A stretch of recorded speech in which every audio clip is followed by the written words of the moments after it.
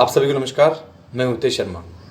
कुछ मित्रों ने पूछा है कि प्रार्थना कैसे करें।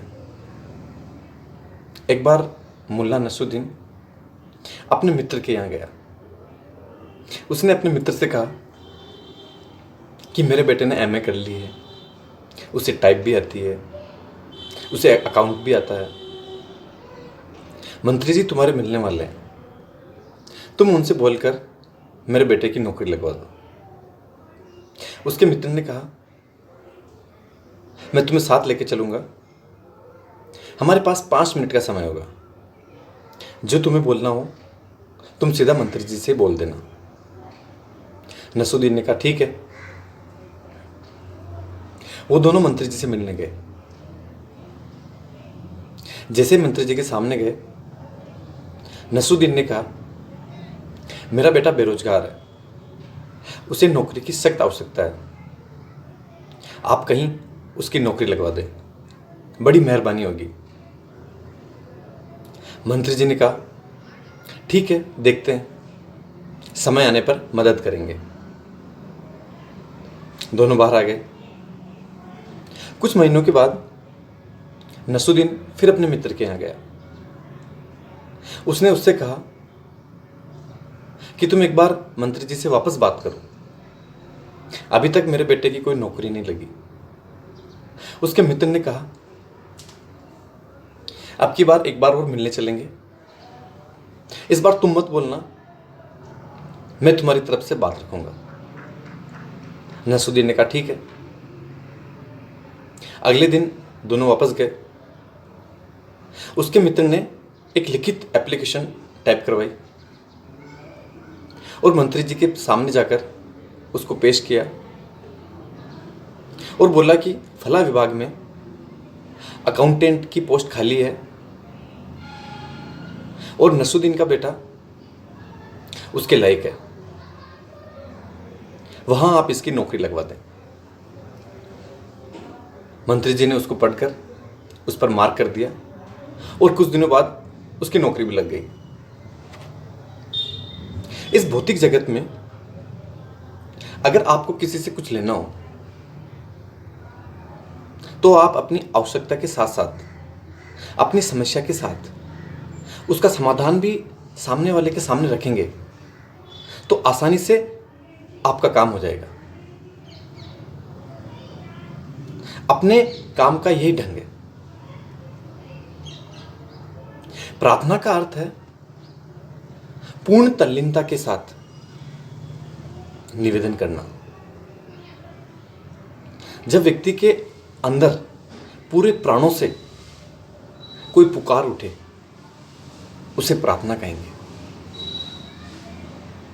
कोई भी व्यक्ति ईश्वर से 2 तरीके से बात कर सकता है, एक धन्यवाद के रूप में और एक प्रार्थना के रूप में। धन्यवाद का अर्थ है जो उसे अब तक मिला है उसके लिए ईश्वर को धन्यवाद देना। प्रार्थना का अर्थ है जो भी उसकी आवश्यकता है उसको ईश्वर के समक्ष निवेदन करना। व्यक्ति किसी को भी मानता हो, किसी भी धर्म का हो, किसी भी पंथ का हो, उससे कोई फर्क नहीं पड़ता। कुछ चीजें महत्वपूर्ण हैं। जिसके सामने आप प्रार्थना कर रहे हैं उसमें आपका विश्वास हो, आपकी श्रद्धा हो, आप उससे प्रेम करते हो, साथ ही आप उसको कर्ता के रूप में देखते हो कि हां तुम ही करने वाले हो, तुम्हें ही सब कुछ करना है। और आपका विश्वास, आपकी श्रद्धा और आपका प्रेम निश्चित तौर पर आपके सारे काम करवाएगा। लेकिन अपने जो आवश्यकता है उसको सुस्पष्ट रूप में ईश्वर के सामने रखें। यहां शब्दों की जरूरत नहीं है। ईश्वर किसी भाषा को नहीं समझता। दुनिया में लगभग 3000 भाषाएं हैं। ईश्वर भाव को समझता है। आपके अंदर जो भाव है वो कितना गहरा है और कितना सुस्पष्ट है। इस ब्रह्मांड में, इस प्रकृति में, इस जगत में आपका जो भाव है वो ईश्वर तक पहुंचता है। अगर आपका भाव गहरा है और सुस्पष्ट है तो 1000 गुना होकर वापस आपके पास लौटता है। हमेशा अपनी प्रार्थना में अपनी बात सुस्पष्ट करें और उसको कहने के साथ साथ अनुभव भी करें। मेरा निजी अनुभव है कि आपकी प्रार्थना ईश्वर द्वारा जरूर सुनी जाएगी। मेरी 1000 बार सुनी गई। इसके साथ एक और महत्वपूर्ण बात, जब आप सुख में हो, आप खुश हो, आप आनंद में हो, आप प्रसन्न हो, तो ईश्वर को धन्यवाद जरूर दें। कहते हैं कि उस समय व्यक्ति ईश्वर के ज़्यादा करीब होता है क्योंकि वो अंदर से खुश होता है। लोग कहते हैं कि दुख में ज़्यादा होता है, ऐसा नहीं है। दुख में ईश्वर के प्रति उसका विश्वास डिगमिगा जाता है। इसलिए कहा गया है कि दुख में सुमरन सब करे, सुख में करे ना कोई। सुख में सिमरन करे तो दुख काहे को होए। जब भी आप आनंद में हो, खुश हो, ईश्वर को धन्यवाद दें। आपकी प्रार्थना शब्दों पर आधारित ना हो, आपके अंदर का जो भाव है उस पर आधारित हो। प्रार्थना एक रस्म नहीं है जो आप जैसे सुबह हमेशा डेली रूटीन के काम करते हो, वैसा कोई काम नहीं है। उठे, ब्रश किया, नहाए, नाश्ता किया, फिर बाकी के काम किए, उस तरह का कोई काम नहीं है। जब भी आपका मन हो, आप जहाँ भी हो, आप वहीं ईश्वर के प्रति प्रार्थना में भर जाएं। प्रार्थना करें 24 घंटे में, किसी भी समय जब आप शांत हो, खुश हो।